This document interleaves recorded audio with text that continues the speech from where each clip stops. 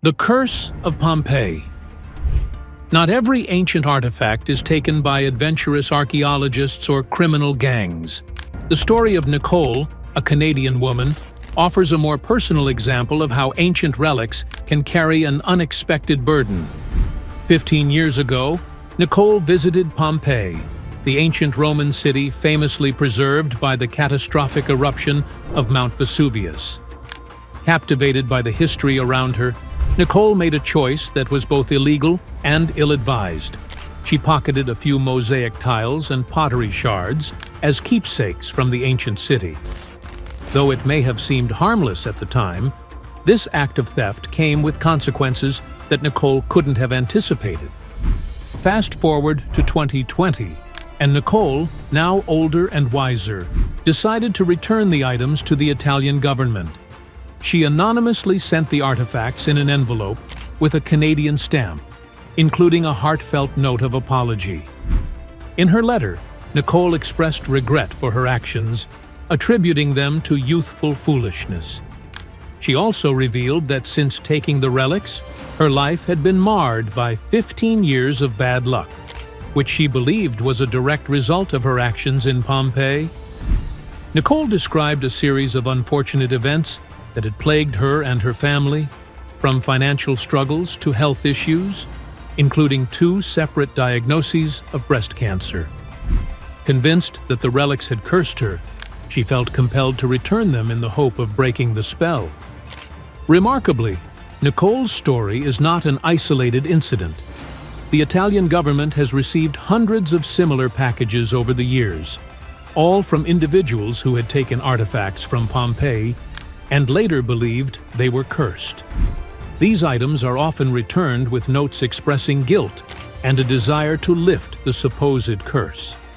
This phenomenon highlights not only the allure of ancient relics, but also the deep psychological impact they can have on those who take them.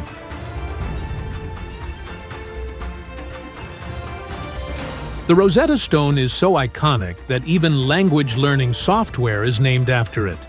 As one of the most renowned exhibits in the British Museum, the stone was pivotal in deciphering ancient Egyptian hieroglyphs.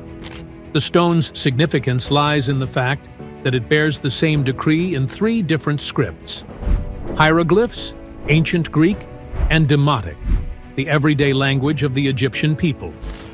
This made it an essential tool for translating ancient languages, essentially serving as a linguistic blueprint.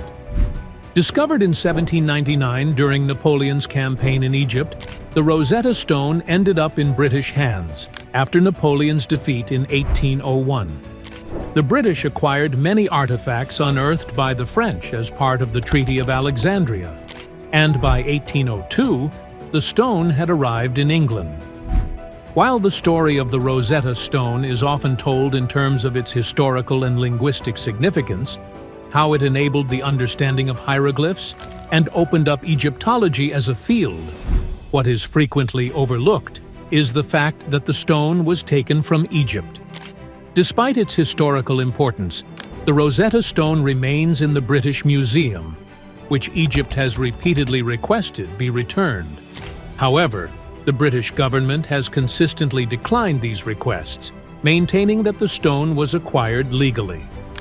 Nevertheless, there is a perspective among some Egyptian archaeologists that having such a significant artifact on display outside of Egypt serves as effective propaganda. It raises global awareness of Egypt's rich history and encourages people to visit the country to experience more of its ancient wonders firsthand. The British Museum is also home to another controversial collection, the Elgin marbles. These Greek sculptures, dating back to the 5th century, were removed from the Parthenon in Athens by Thomas Bruce, the 7th Lord Elgin, between 1799 and 1803. At the time, Greece was under Ottoman rule, and Lord Elgin obtained permission from the Ottoman authorities to take the marbles. Greece, however, considers the Elgin marbles to be stolen property, and has even reserved space for them in the Acropolis Museum in Athens, where the rest of the collection is housed. The British Museum, on the other hand, argues that the marbles were legally acquired. The dispute over these cultural treasures continues, with Greece holding the moral high ground, as no Greek official ever granted permission for their removal. Despite this, the British Museum remains firm in its position. The bust of Nefertiti. Nefertiti was a prominent Egyptian queen and the great royal wife of Pharaoh Akhenaten, living between 1370 and 1330 BC. Together, they spearheaded a significant religious transformation in Egypt, moving away from the traditional worship of multiple gods and focusing instead on the worship of a single deity, Aten. This era marked a time of considerable wealth and prosperity for Egypt, and it is also believed that Nefertiti may have ruled the country after her husband's death. The famous bust of Nefertiti was uncovered in 1912 by German archaeologist Ludwig Borchardt. Unlike some other ancient artifacts taken without proper permission, Borchardt was aware that he lacked the legal right to claim the bust, yet he smuggled it out of Egypt in 1913. The German government maintains that the bust was obtained legally as part of Borchardt's share of the discoveries. However, Egypt has consistently disputed this claim and has been seeking its return since the 1920s, though without success. Even as recently as September 2020, Egypt renewed its efforts to reclaim the bust, succeeding in having other artifacts returned, but the bust of Nefertiti remains in Germany.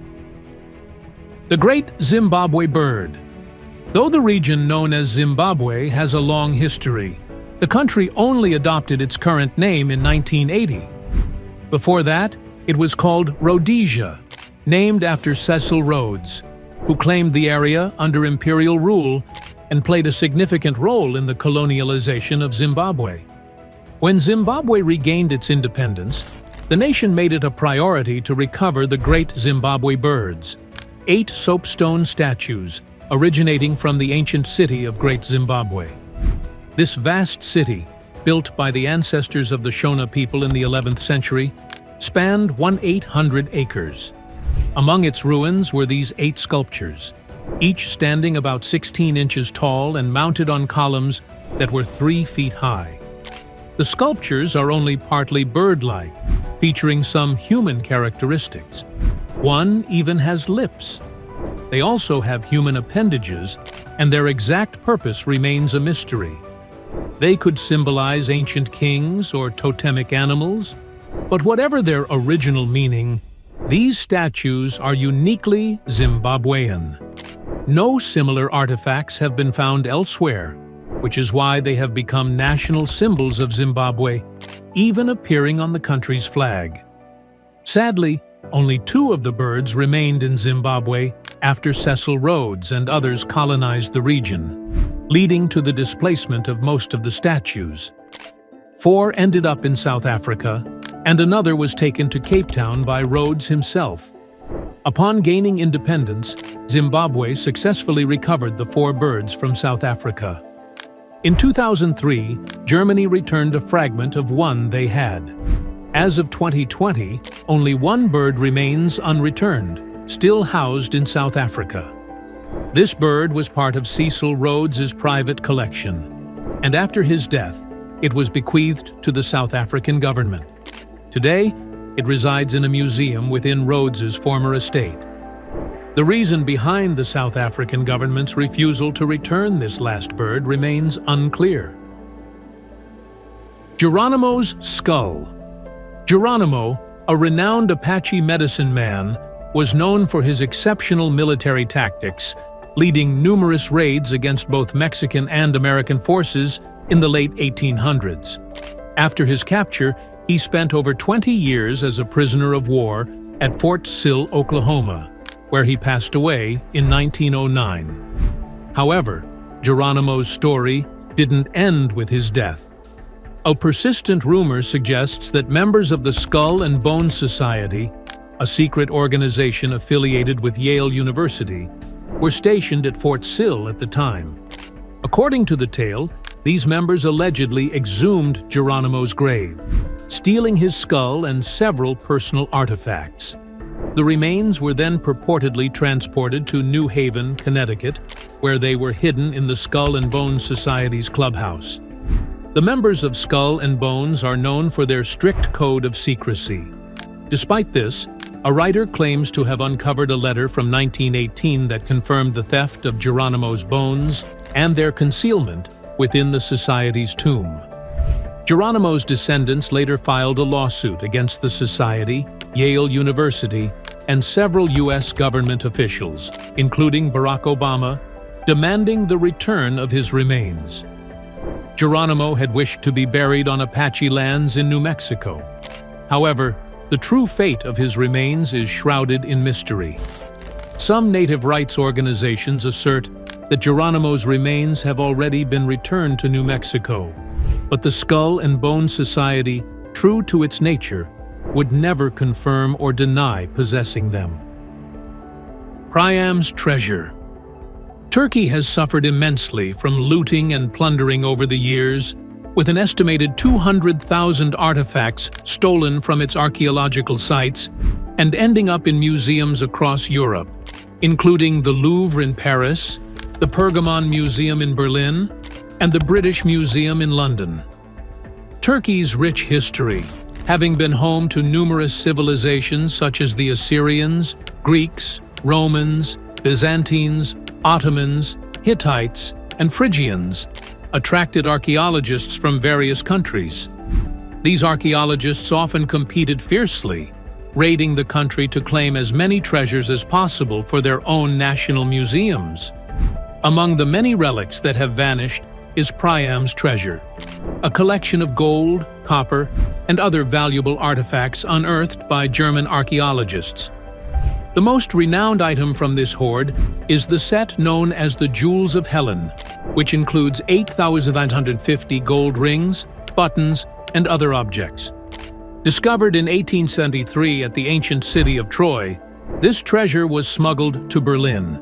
However, it now resides in Moscow's Pushkin Museum, where it has been displayed since Soviet troops seized it from the Germans in 1945. In an ironic twist, Germany has demanded the treasure's return from Russia, asserting ownership, while Turkey insists that the treasure belongs to them, as it was originally stolen by the Germans. The Russian government, on the other hand, maintains that the treasure is rightful war reparations. Sarah Bartman. While most stolen artifacts throughout history have been inanimate objects, one of the most tragic and unusual cases involves the story of Sarah Bartman. Sarah Bartman is believed to have been born in South Africa in 1789. While working as a servant in Cape Town, she signed a contract with an English ship surgeon named William Dunlop. Bartman was illiterate and likely did not understand the terms she was agreeing to. The contract outlined that she would travel to England and participate in shows, but what she unknowingly signed up for was a life in a freak show. Exhibited under the name Hottentot Venus, Bartman had a condition called steatopygia, which caused an excessive accumulation of fat in her buttocks. She was paraded around Europe as a bizarre spectacle, a cruel combination of racism and exploitation. After her death, her skeleton, brain, and even sexual organs were displayed in a Paris museum. Although the British Empire officially abolished the slave trade in the early 1800s, slavery itself persisted. Those who employed Sarah Bartman were prosecuted for holding her against her will, but they were not convicted, as Bartman herself testified on their behalf. It remains unclear whether she fully understood her circumstances. Bartman passed away at the age of 26, reportedly from an inflammatory and eruptive disease. Fortunately, this story has a more hopeful conclusion than many others. In 1994, Nelson Mandela requested the repatriation of Sarah Bartman's remains, which were returned to South Africa along with a plaster cast made of her body. In 2002, she was finally laid to rest in her homeland. The Mummy of Ramses I. Identifying ancient relics, particularly Egyptian mummies, can be challenging, often leading to unexpected discoveries. Such was the case when researchers in Niagara Falls realized they had been in possession of the mummy of Ramses II for over a century, only identifying him in 1999. Ramses I was an Egyptian pharaoh and an important figure in the royal lineage. The discovery was made by a Canadian researcher who noticed that the mummy's facial structure bore a resemblance to other royal mummies. After conducting tests, they confirmed that the mummy was indeed Ramses I. The mummy had originally been acquired by the son of the museum's founder during a trip to Egypt in the early 1800s, where he collected various antiquities. At the time of purchase, no one knew the true identity of the mummy. Once it was determined that the mummy was that of a pharaoh, efforts were made to repatriate him. Ramses I is now back in Egypt, where he is displayed in the Luxor Museum. The Koh-i-Noor Diamond. One of the most renowned diamonds in the world, the Koh-i-Noor is set in the crown of Queen Elizabeth, having become part of the British crown jewels in the mid-1800s. Before the 1700s, nearly all diamonds came from India, where gemstones were so plentiful that they could often be found in river sands, rather than needing to be mined. The earliest written record of the Koh-i-Noor diamond dates back to 1628, during the reign of Mughal ruler Shah Jahan. He commissioned a jewel-encrusted throne, inspired by King Solomon's throne from the Bible. After 7 years of construction and spending 4 times the amount used to build the Taj Mahal, the throne featured 2 massive gems, the Timur ruby and the Koh-i-Noor diamond. The diamond was set as the crowning jewel in the head of a large gemstone peacock. In 1739, when Nader Shah invaded Delhi, he seized the peacock throne along with an immense amount of treasure, requiring 700 elephants, 4,000 camels, and 12,000 horses to transport it all. The Koh-i-Noor then spent the next 70 years in Afghanistan, changing hands frequently due to ongoing conflicts. By 1813, the diamond had returned to India under the possession of Sikh ruler Ranjit Singh. After Singh's death, the diamond passed through several hands until it ended up with Duleep Singh. By this time, British colonists had firmly established control in India and had long coveted the diamond. Seeing their opportunity, they coerced the young Duleep Singh, who was just 10 years old, into signing over the Koh-i-Noor, along with all claims to sovereignty, as part of an amendment to the Treaty of Lahore. The diamond was sent to England and became the property of the Queen, where it was added to the crown jewels. However, locals were unimpressed with its appearance, describing it as resembling a glass bauble. To enhance its brilliance, Prince Albert had the diamond recut, which reduced its size by half.